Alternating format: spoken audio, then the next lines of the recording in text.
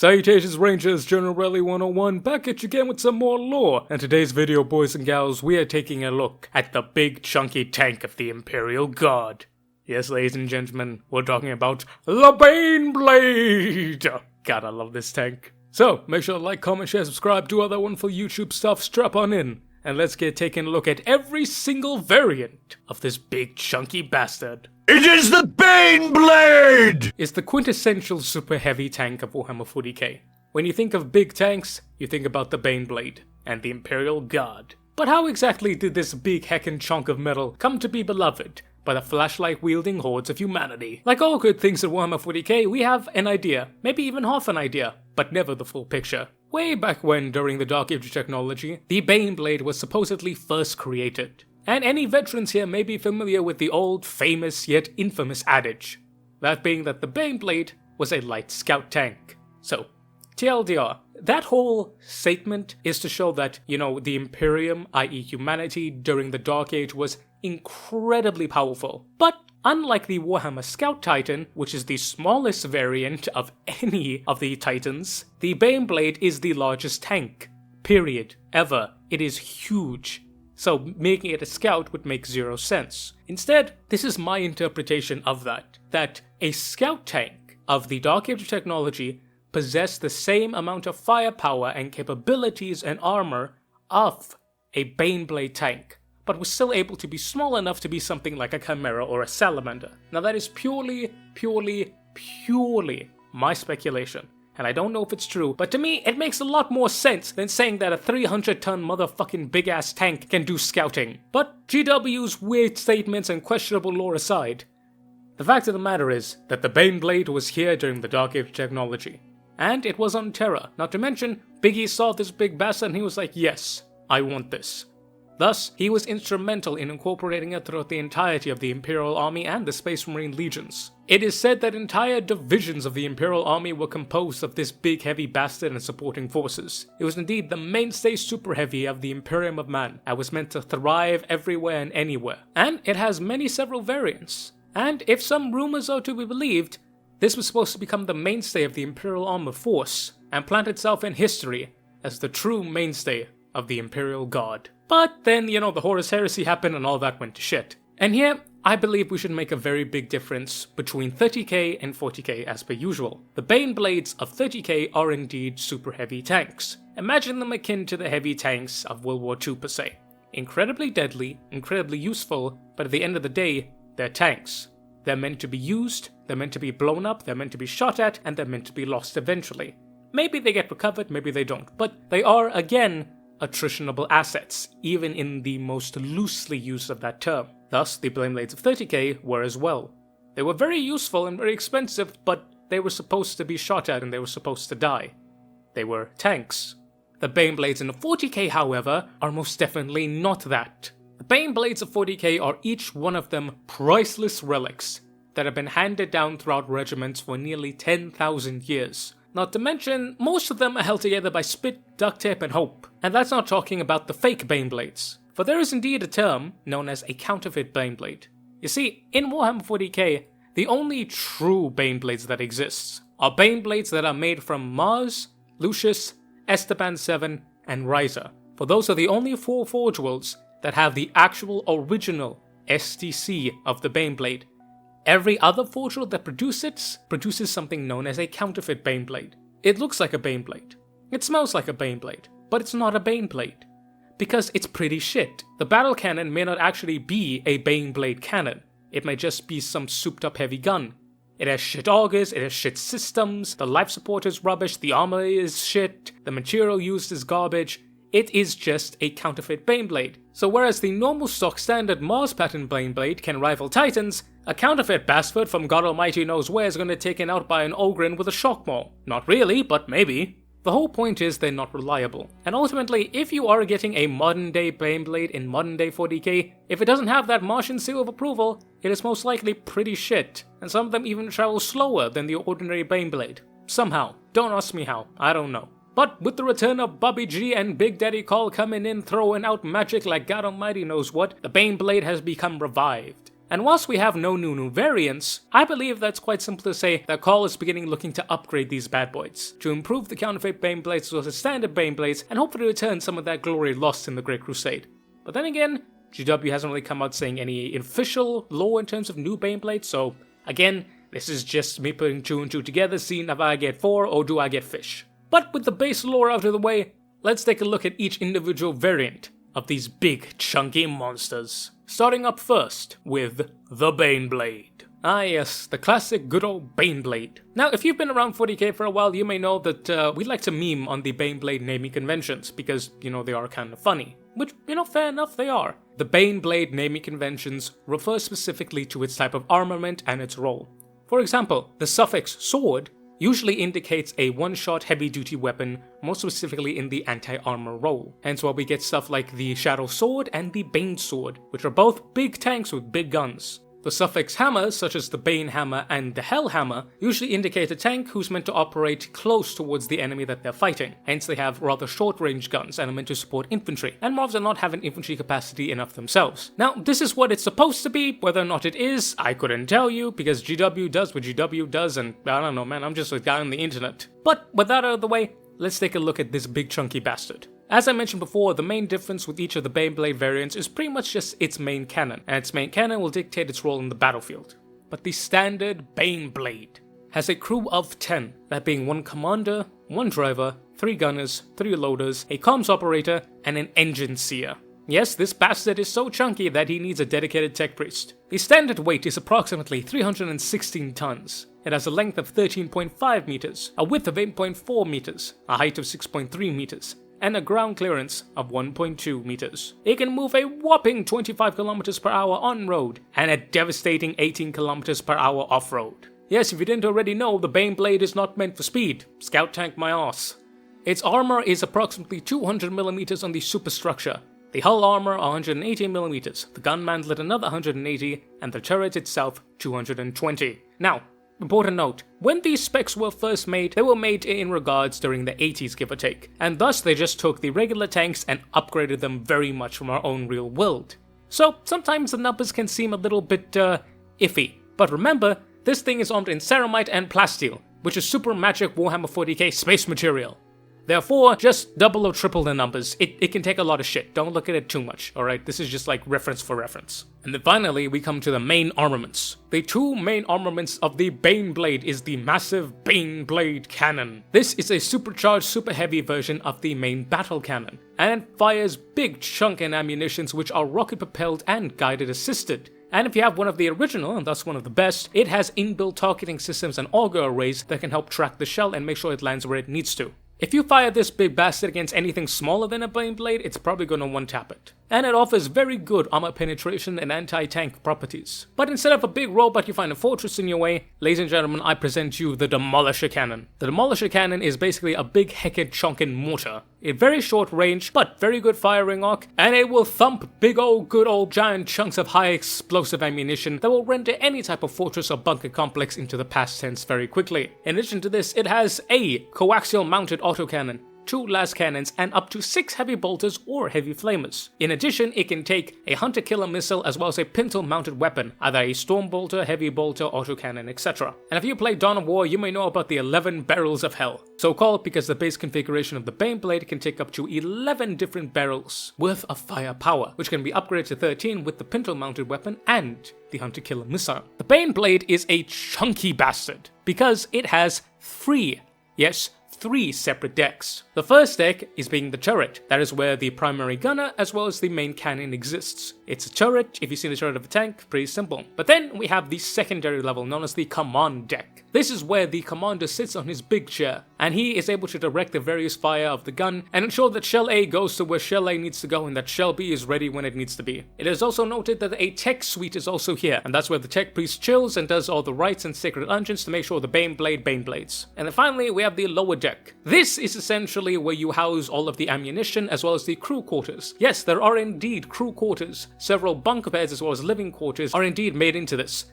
The Baneblade is indeed self-sealing and can operate on its own for extended periods of time. And yes, it does indeed include a bathroom in some variants. Not to mention, this bastard is so chunky, it has a wall of honor. Basically, Whenever the Baneblade does an achievement or serves in a campaign or does anything, basically its service history for that matter, it will be written on a giant plasteel wall engraved usually, I think, by the tech priest or by one of the fellas with a knife. I just find that hilariously funny, that this tank is so big it has its own wall of honor. God, I love Baneblades. But the Baneblade can be fitted with various different extra attachments, such as smoke launchers, grenade launchers, extra fuel tanks, as well as additional spawns and weapons, and whatever else the tech priest wants to jury-rig it with. Also, it is important to note that in regards to the other patterns, the S7 pattern apparently has no differences between the main Mars pattern. The Lucius pattern is slightly heavier at 319 tons, because those extra 3 tons are just armor, and the Ryza pattern has a better power plant. But that's about it. So overall, taking a look at the big chunky bastard that is the Baneblade,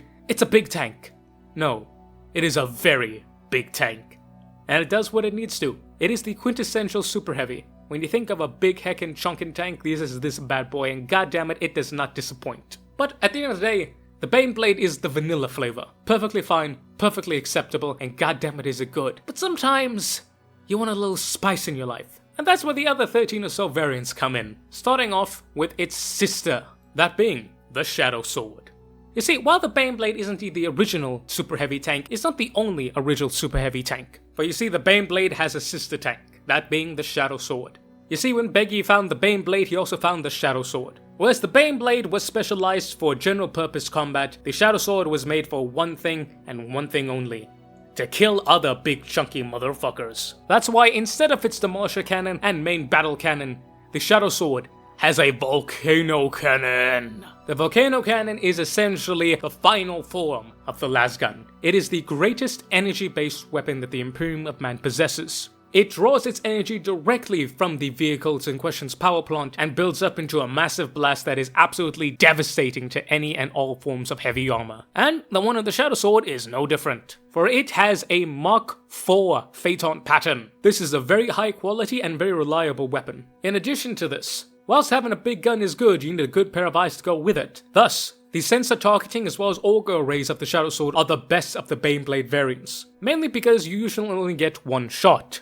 You see, the power, as I mentioned before, is drawn from the power capacitors of the vehicle in question, and this is no different from the Shadow Sword. The problem is it takes about 2 minutes to charge up this big bastard between shots, and when it is indeed charging, the Shadow Sword can't move, making it indeed an ambush predator. Now, there are normally 2 ways to operate this big bastard. You can either have him with other various smaller elements, such as Leman Russes and Chimeras, forming a screen protecting the big chungus, or you could have him working with usually 2 or 3 or more others, in a type of punch-hit-punch maneuver, where one would fire, then another would fire directly after, drawing tension away from the other.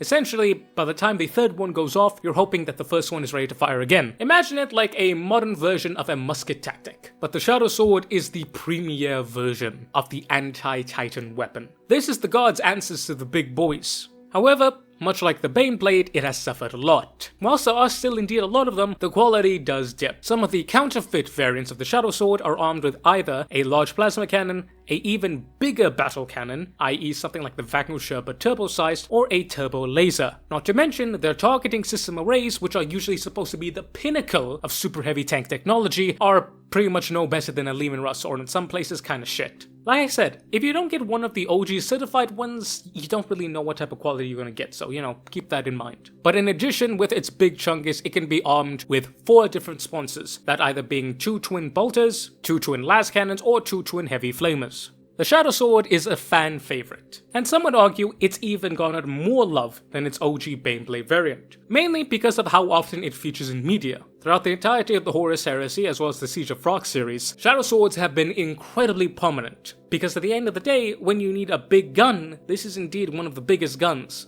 But it's not the biggest one, but we'll talk about that later. All in all though, the Shadow Sword is just great to look at. The image of a tank shattering the darkness with a giant flash of light before slowly rumbling forward, unleashing devastation. It's peak. It's peak 40k and it's really good.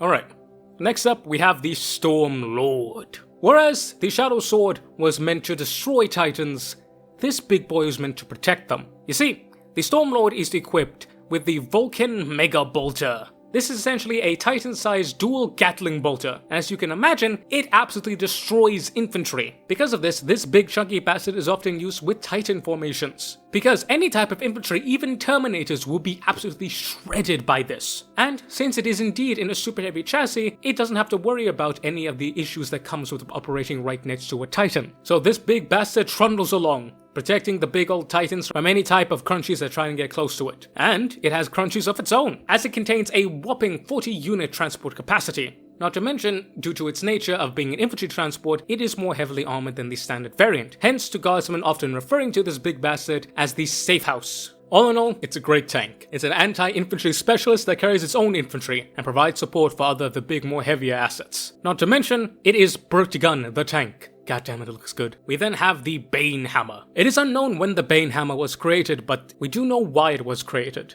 The Bane Hammer was created specifically for horde enemies, a la Orcs and Tyranids. Well, it replaces the main battle cannon as well as the Demolisher cannon for the ginormous Tremor cannon. This giant artillery piece from hell fires tremor shells, which are meant to land into the earth, burrow into them using a special burrowing mechanism, and then wait a few minutes before exploding, causing literal earthquakes. In addition to a giant shockwave that pulverizes any and all organics as well as rock and anything in between. Basically, this thing is meant for Tyranids as well as for Orcs. Giant hordes of unstoppable infantry. I know how to stop you. Shockwave earthquake. This is very much a static defensive unit. You are meant to park this guy near a fortress and just have him lob shell upon shell upon shell against the hordes of green or purple that are coming at your walls. And according to the lore, it does its job pretty well. Also, you ever want a tank that can make an earthquake? Sure. But from a tank that makes an earthquake to a tank that has an earthquake gun. Let's talk about the Bane Sword. The Bane Sword is a modified variant of the Shadow Sword, but instead of carrying a volcano cannon, the Bane Sword carries a quake cannon. So what is a quake cannon, you may be asking? The quake cannon is a giant piece of artillery, and it fires quake rounds.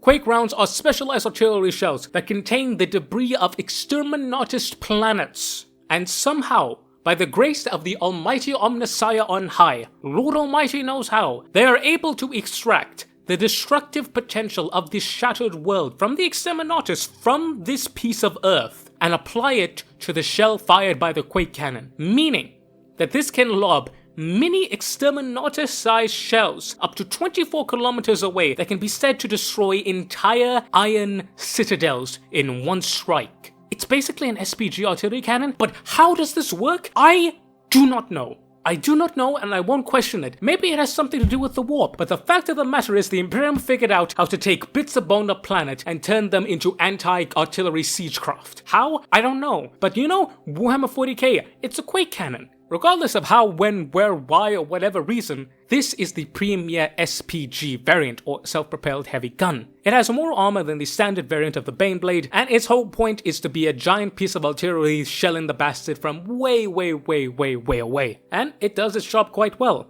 Not to mention, this is one of the more popular variants, because it's not put into danger that much, it has enough armor so that if anything shoots at it that isn't a volcano cannon, it's gonna be alright, and that big old gun means that any type of fortress, or enemy infantry for that matter, is gonna get absolutely destroyed. It is artillery, the tank. Also, slight little note here. Each Bane Sword does not get a name until after its first deployment. Hence, depending on whom or what it killed, said name will be incorporated into it. Such as the Executioner of Kandath from the Vestroyan 2nd, the Night Father from the Mordian 519th, Tyron's Doom from the Cadian 23rd, and the Warmaster's Ruin from Talon. I don't really know what to say. It's a big gun, and it has really good targeting. It's crazy, it's funny, but it's Warhammer. Gun, tank, I don't know, man, it's cool. It's cool. We then have the Doom Hammer. The Doom Hammer is essentially the anti-Stormlord, whereas the Stormlord's primary defense is meant to defend Titans and you have infantry for Titan defense, the Doom Hammer is meant to counter enemy Titans and deliver infantry to the Titan's feet. You see, during the 1,000-year-long siege of the ForgeWorld of Rodana, many of the Imperial commanders requested Shadow Swords to deal with the Titans as well as the super heavies produced by the Rogue Forge factory. However, this wasn't a thing as, they didn't really have that many. So, what they did is that they changed the Bane Hammers into Doom Hammers by outfitting them with magma cannons. The magma cannon is essentially a significantly shorter range, but possesses the same type of punch as the volcano cannon. The only issue being that instead of being very far away from the big thing with the big guns, you then have to get up close and personal to the big thing with the big guns.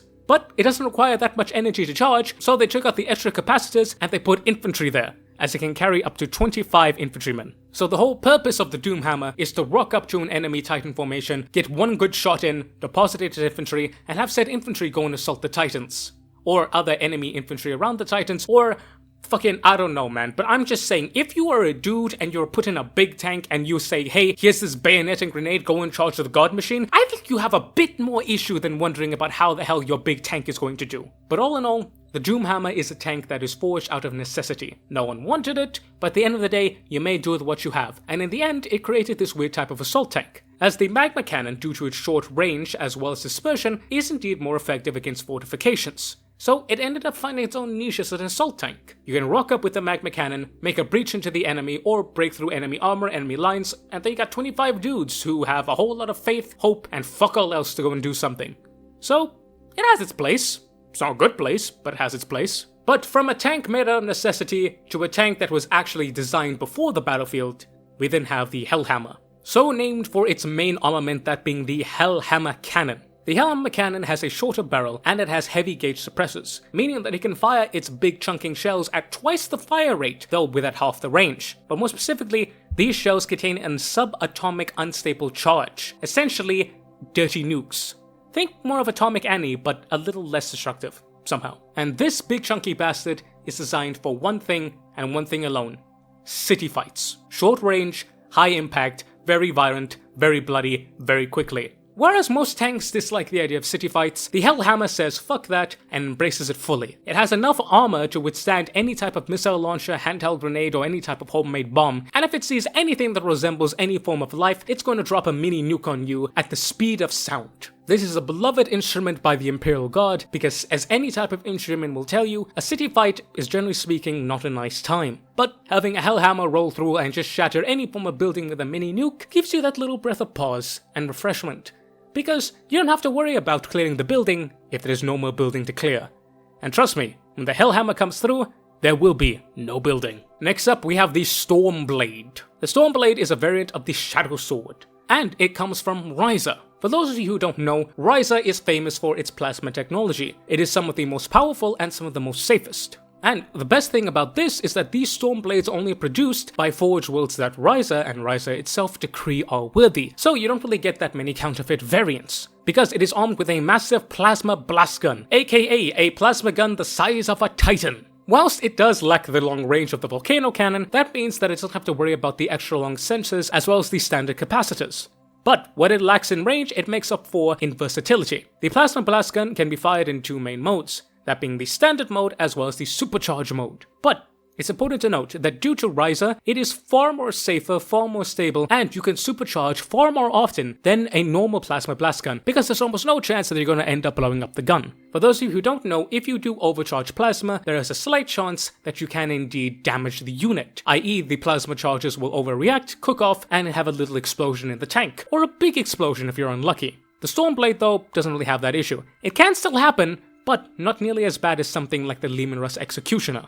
In addition to this, due to the nature of the gun, it is more effective against infantry formations, as you could either change it from firing a spear of plasma into a big old ball of plasma, meaning far more better as a general purpose weapon. So when comparing it to the Shadow Sword, it lacks range and it does lack a little bit of accuracy, but it makes up for it in having the same amount of stopping power and being more effective against fortifications and infantry. Also, if you like plasma more than laser, you're gonna love this. It does have a nice look to it though, and I've seen some paint jobs where it has that beautiful glow in it. It's like, oh, peak. But all in all, yeah, love the bastard.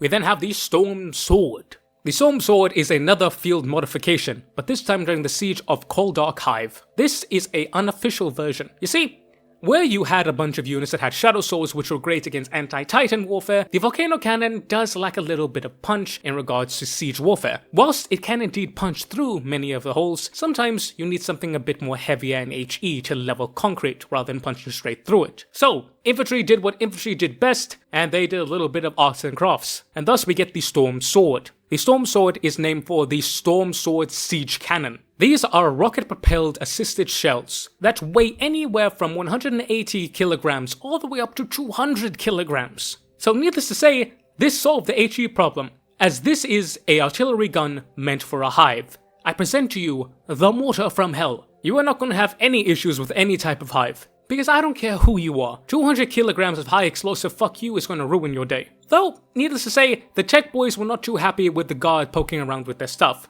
But eventually, pragmatism won through, and it is rumored that there are some worlds that have begun producing this in limited numbers. But the big boys on Mars are not happy that someone's poking around with the venerable Baneblade. But the toaster boys are going to toaster, and the guard got a job to do. So load that son of a bitch with some HE. We then have the Storm Hammer. The Storm Hammer is a unique variant of the Baneblade, as this is specifically used for the Solar Auxilia. This bastard mounted a big-ass Storm Hammer cannon, which is essentially a larger, faster-firing, better version of the regular battle cannon. But if a better battle cannon still isn't your cup of tea, it also came with a twin battle cannon installed in the center torso as well. Not to mention, it had a coaxial multi-laser and additional 6 multi-lasers. Multi-lasers are essentially a rapid-fire version of the last cannon. Not quite as much punch, but still incredibly deadly to any form of heavy infantry. But they could be swapped out for flamers, heavy bolters, or hunter-killer missiles. And what's interesting about this is that it could take not 1 but up to 4 hunter-killer missiles, which it usually did, and a hull-mounted las cannon. The Stormhammer is interesting, because while all Baneblade variants it is indeed fully sealed and has its own life support systems, the Stormhammer has life support systems plus. For those of you who know about the Solar Auxilia, they were meant to go anywhere and everywhere, be it the void of space or a nuclear radiated wasteland. The Stormhammer takes this a step above. It is armed with mainly battle cannons, which are incredibly effective against both armor, infantry, as well as fortifications. In addition to this, it has laser systems, meaning it doesn't have to worry about extra ammunition, thus more ammo for those big guns. The Stormhammer is meant to operate in long deployments. We're talking weeks at a time, hundreds of kilometers. It has more amenities and features in it, and it is actually bigger than the standard Baneblade variant. And while we don't really have much info on how it looks, looking at it, it looks like it has an extra command deck. But then again, we don't really know in that regard. But all in all, the Stormhammer was like the Solar Auxilia, incredibly elite, incredibly effective, and meant to operate far away from any friendly forces as the Vanguard spear tip to punch through for the Great Crusade. Sadly though, this is one of the extinct variants of the Baneblade, which is unfortunate because, it just looks cool, man. But what are you gonna do? And finally, for the standard human variants of these Baneblades, we have the Storm Saber. The Storm Saber is very interesting. It's very similar to the Bane Sword variant in that it is an artillery cannon. But whereas the Bane Sword had a little bit more going for it, this is purely an artillery piece. It is a super heavy SPG. It has a Storm Saber cannon, which is a bigger version of the Volcano Cannon, said to operate at twice the capacity. It has no other heavy weapons, it has no other units, it's somehow even slower than the base model, but it has significantly more armor than the standard Baneblade variant. It is meant to be Fortification the Tank. You park this thing way back in the enemy lines, and it's just meant to lob a giant big balls of artillery laser at whatever. There's not really that much lore to it, but it's big, it's chunky, and it has a big gun and heavy armor. Yet, there's really not much to this thing. It is Artillery Siege Cannon the Tank. Iron Warriors would have fucking loved this son of a bitch. But like I said, those are the main variants of the human variety. But we still do have 3 more variants, and these are the Astartes variants. For those of you who don't know, in 30k and the Horus Heresy, Space Marines use super heavy tanks, more specifically variants of the Baneblade. And whilst they could have used every single other Baneblade variant, there were 3 that were exclusively unique to them, that being the various variants of the Fellblade. Whereas the Baneblade was the quintessential super heavy tank of the Imperial Army, the Stormlord was the quintessential tank of the Solar Auxilia, the Fellblade was the quintessential super heavy tank of the Space Marine Legions. This is essentially a Baneblade on crack. You see, this big chunky boy used a Mechanicum automatic arc reactor, meaning that it was able to generate more power and was actually able to go faster than the standard Baneblade variant. How fast?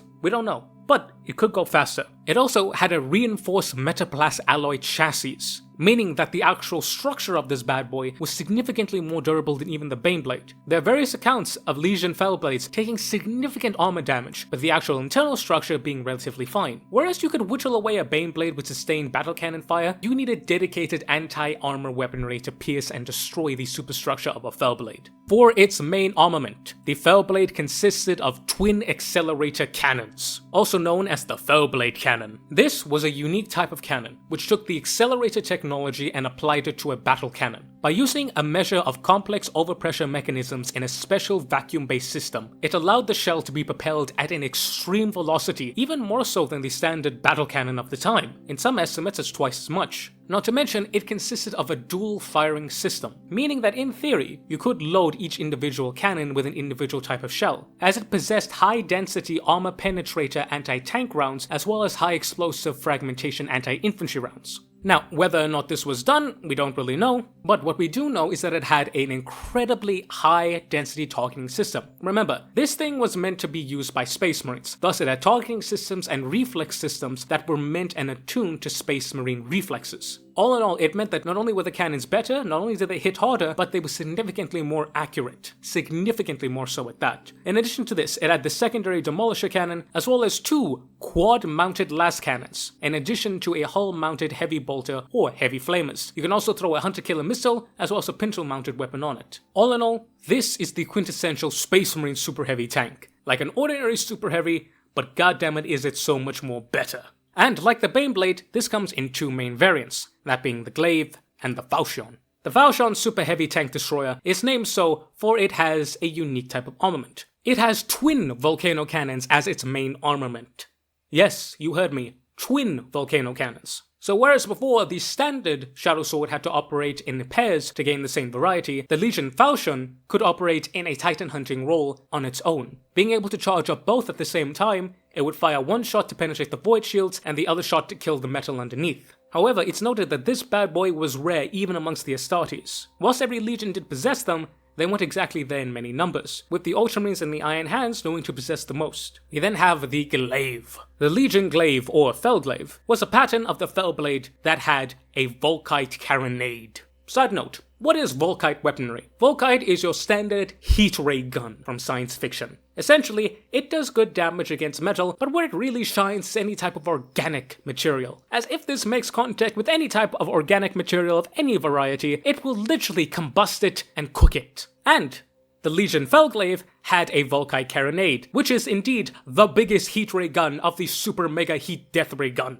This thing, on account of its size, meaning that even lightly armored vehicles are utterly wept away. But more specifically, this big bastard was meant to combat Xenos beasts. AKA, you think about big chunky Tyrant lifeforms, you think about the dinosaurs of the Exodites, this is what this was made for. And thus, the 2 main legions that used this bad boy the most were the Salamanders and the Dark Angels. 2 reasons. 1, both of these units during the Great Crusade saw extensive use against Xenos races. Number 2, both of these had the technology and skills to manufacture and keep them in good numbers. The Salamanders were just natural artisans, and were used to crafting specialist technology and working with it. The Dark Angels were used to having advanced technology as well as secret old school shit that people couldn't use, so they also were used to it. It is noted, however, that the Dreadwing had specialized Fellglaives that were equipped with vortex weapons in place of the Volkite carronades. What are vortex weapons? I present you Warp Gun. This unit, vortex weapons, draw on energy from the warp and shoot miniaturized warp rifts at the enemy in question. Needless to say, it's incredibly deadly and incredibly dangerous. But all in all, looking at the Fellblade trio, we see that just like in everything, the Space Marines had everything you needed. The Fellblade was there for general purpose work. The Falchion was there if you had any type of heavy armor. But if you had any type of Xenos entity, you then had the Fellglaive. And this shows the Great Crusade perfectly. Big giant Xenos beasties were incredibly prominent, just as much as Titans as well as hordes of infantry and companies of tanks. Thus the Space Marines needed a specific weapon dedicated specifically for that role. And all in all, these tanks are just great. I love them. But it is important to note, they're not extinct, but they pretty much should be. They're extinct in the sense that we're probably never going to see them in 40k ever again, but technically, 1 or 2 of these bad boys are still lingering around in some of the old legions. Probably those that were very specialized in the use of heavy armor. So, Salamanders, Dark Angels, Iron Hands. And there are a few variants that linger around in the Traitor Legions, but most of them are corrupted by demons and demon engines. But I wouldn't be surprised if the Iron Warriors had 1 or 2 still lying around. But all in all, they work like a charm, they look fantastic, and they're just great overall. And then finally, our very final lost thing ever. That is known as the Death Hammer. And we know absolutely nothing about it. It was mentioned in Betrayal from the Horus Heresy series, and it's a super heavy variant. We don't know anything about it, but me personally, I feel like this is a super heavy version of the Baneblade that has a giant fuck-off flamer or a giant fuck-off melter gun. Because, I don't know, it's just the one thing that's missing from it. We have a giant laser version, we have a giant bolt version, we have a giant plasma version. Give me a flamer or a melter. Or give me both. I'm just saying the Salamanders would fucking love this. Deathhammer, Mount Deathfire. Am I putting 2 and 2 together? Probably not, but I'm just saying it'd be cool if a giant fuck-off tank had a giant fuck-off flamethrower. But that's just me. But yeah, ladies and gentlemen, thank you all so very much for watching. I hope you guys enjoyed that. Let me know down below, what is your favorite variant of the Baneblade? Mine would probably have to be one of the glaives. But I don't know, if the Deathhammer does actually turn out to be a giant flamethrower melter tank, I may choose that. But honestly, all of them are just fantastic. Oh, but the Stormlord does exist. Okay, I feel like it's a toss-up between one of the glaives or the Stormlord, because goddammit, I love my solo auxilia. But let me know down below, and I want to say a massive thank you to watching, and a massive thank you to my members. Big shout out to my Lieutenant tier members, Mr. Eddie 3 and Miss Withdraw of the Void. Big shout out to my Sergeant tier members, Mr. Damiak, Mr. Andy McGee, Mr. Warsmith.Fireheart, and Mr. Corn's Butcher. Shout out to my Corporal tier member, Mr. Bullwin. And shout out to my Private tier members, Mr. Thomas Muslons, Mr. Ivan_SBW, and Mr. Michael Hayeda. Thank you also very much from the bottom of my heart. It means the world to me. The fact that you guys do this, it gives me the ability to make these longer types of videos and to throw more effort into them and do daily content. Because I am trying to make this my full-time profession, and you guys supporting puts me one step closer towards that. So if you want to help out your boy and help out the channel, sign up to the memberships. You can access these videos a full day early. In addition to all types of behind-the-scenes stuff, you get extra special previews, and any type of major decision involved with the channel, you guys are the first one to get input to that. But remember, this will always be free, and you simply watching will be more than enough for me, and I will always love you just the same. Mwah! Yes, I will. But ladies and gentlemen, I've been the General Bradley 101. You've been beautiful, awesome, and amazing people. Thank y'all also very much for watching. Make sure to stay strong out there, boys and gals, and I will catch y'all next time. Dismiss, Rangers.